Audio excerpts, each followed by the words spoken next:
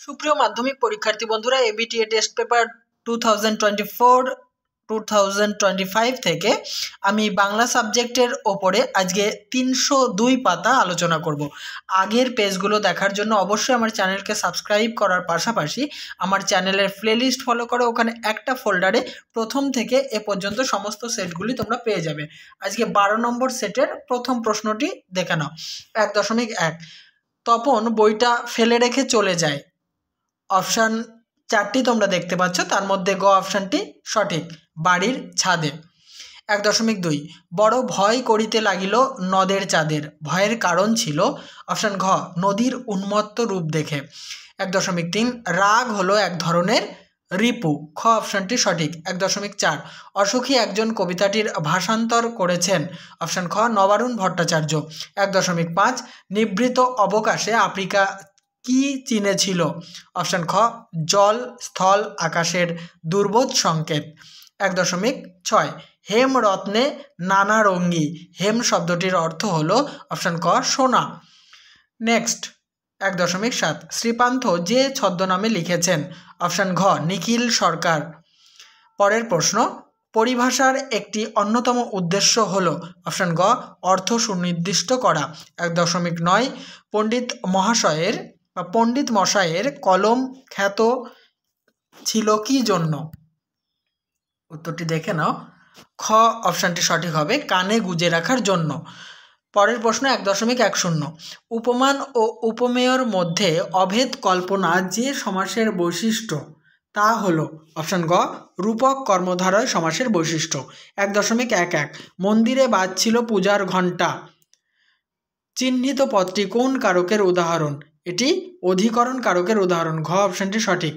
1.12 সম্বন্ধ পদের বিভক্তি কোনটি, অপশান ক র আর এর।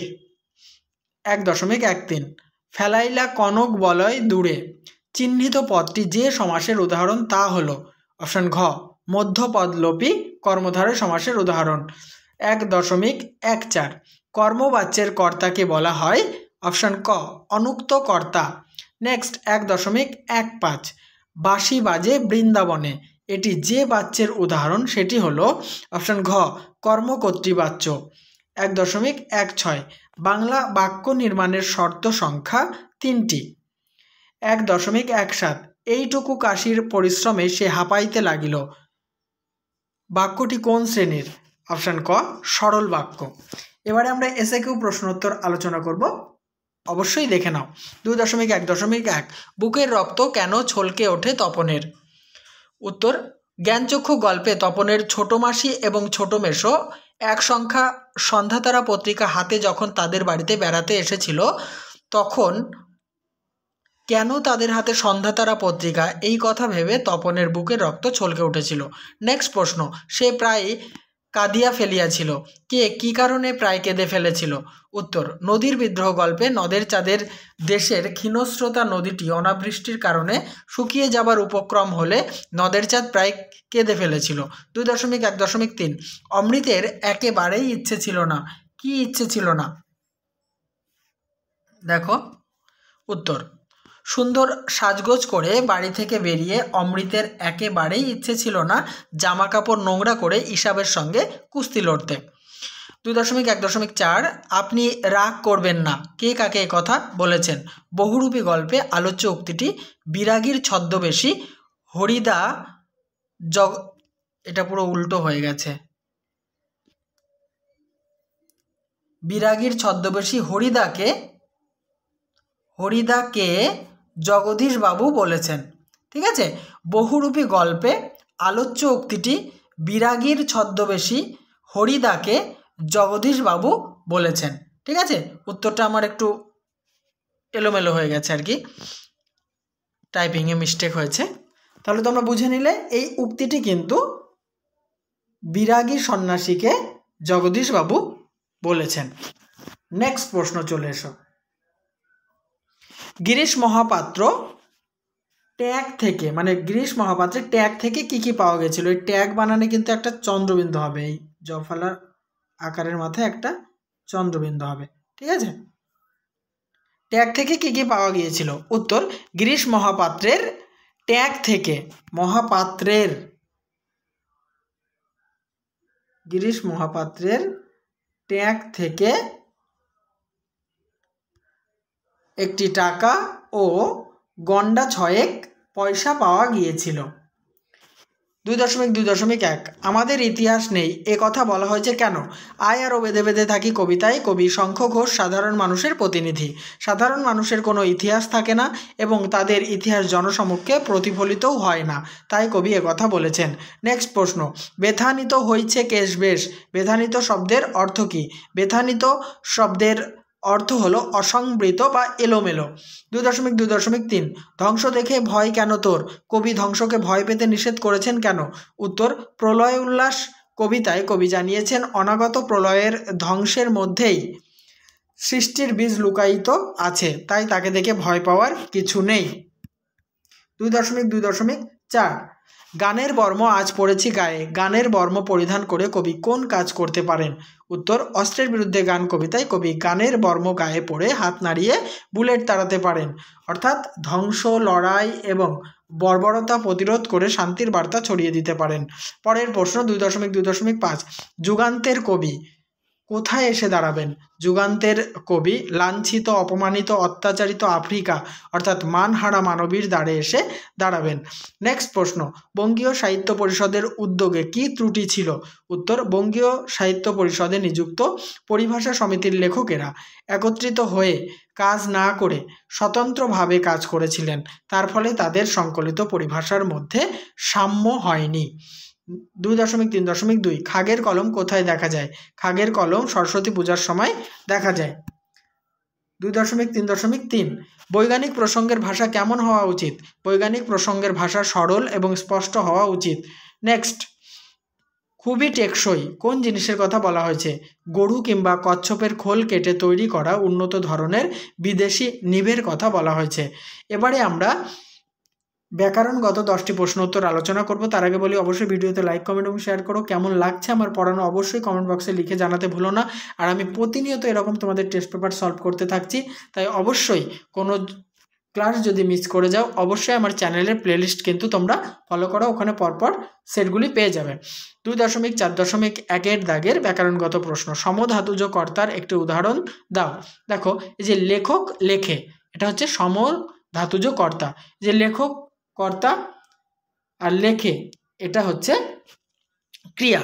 তাহলে কর্তা এবং ক্রিয়া একই ধাতু থেকে উৎপন্ন হয়েছে।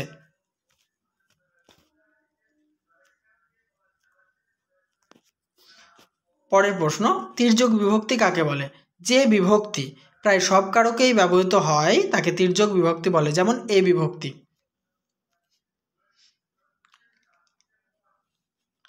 মেঘে ঢাকা শব্দটির ব্যাসবাক্য সহ সমাসের নাম উল্লেখ করো। মেঘ দ্বারা ঢাকা, তাকে আমরা বলবো মেঘে ঢাকা, এটি করণ তৎপুরুষ সমাস।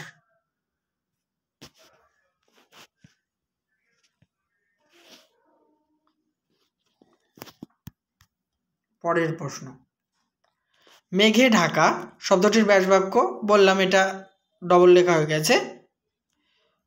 নেক্সট, এটা করণ তৎপুরুষ বলেই দিলাম, মেঘ দ্বারা ঢাকা। ব্যাসবাক্যটি সমাসবদ্ধ করে তার শ্রেণী নির্ণয় করো, ইষ্টকে অতিক্রম না করে। এটাকে যদি আমরা সমাসবদ্ধ করি তাহলে লিখব যথেষ্ট, এটি অব্যয়ীভাব সমাস। নেক্সট 2.4.5 আমাদের ডান পাশে ধস জটিল বাক্যে রূপান্তর করো। আমাদের ডান পাশে যা রয়েছে তা ধস। 2.4.6 নির্দেশক বাক্য কাকে বলে? উদাহরণ দাও। যে বাক্যে কোনো তথ্য, বিবৃতি, বক্তব্য প্রকাশ করা হয় তাকে নির্দেশক বাক্য বলে, যেমন সকালবেলা সূর্য ওঠে, এটি নির্দেশক বাক্য। 2.4.7 উত্তরীলা বীর দর্পে অসুরারি রিপু ভাব বাচ্যে পরিণত করো। উত্তরটি দেখে নাও। অসুরারি রিপুর বীর দর্পে উত্তর করা হলো। পরের প্রশ্ন, বিধেয় সম্প্রসারকের একটি উদাহরণ দাও। দেখো, এই যে বিজয় কাঁদছে, এখানে বিজয় হচ্ছে উদ্দেশ্য আর কাঁদছে হচ্ছে বিধেয়, ঠিক আছে। আর লাড্ডু খেতে পায়নি জন্য, আবার পুরোটা বলছি, বিজয় লাড্ডু খেতে পায়নি জন্য কাঁদছে, তাহলে এই অংশে বিজয় উদ্দেশ্য আর বিধেয় হচ্ছে কাঁদছে, আর লাড্ডু খেতে পায়নি এটা হচ্ছে বিধেয় সম্প্রসারক। ঠিক আছে, লাড্ডু খেতে পায়নি এই জন্য এই পুরো অংশটা হচ্ছে বিধেয় সম্প্রসারক। নেক্সট 2.4.9 সূর্য পশ্চিম দিকে উদিত হয়, বাক্য নির্মাণের কোন শর্ত এখানে লঙ্ঘন করা হয়েছে? এখানে বাক্য নির্মাণের যোগ্যতা শর্ত লঙ্ঘন করা হয়েছে। শেষ প্রশ্ন 2.4.10 তারই বেশি চাওয়া হয়, কর্তৃবাচ্যে রূপান্তর করো, সেই বেশি চায়। 9 নম্বর দাগে রয়েছে চলিত বাংলায় অনুবাদ করো, সেটি আমি এক লাইন করে বলছি, তোমরা মিলিয়ে নাও তোমাদের টেস্ট পেপার থেকে। It is very difficult to get rid of bad habits. দেখো, খারাপ অভ্যাস থেকে মুক্ত হওয়া খুবই কঠিন, কিংবা তোমরা লিখতে পারো যে বদ অভ্যাস থেকে মুক্ত হওয়া খুবই কঠিন। পরের line, so we should be very careful that we do not get into bad habits in our boyhood. কাজেই আমাদের সতর্ক হওয়া উচিত যে আমরা যেন আমাদের ছেলেবেলাতে খারাপ কোনো অভ্যাসের বশে না আসি। Next line, idleness is one such bad habits. অলসতা এইরকম একটি বদ অভ্যাস। পরের লাইন, every boy and girl should shun idleness because it is as similar as poison. প্রতিটি ছেলে এবং মেয়ের অলসতা পরিহার করা উচিত, কারণ এটা বিষের সমান। পরিহারের জায়গায় তোমরা ত্যাগ কথাটাও লিখতে পারো।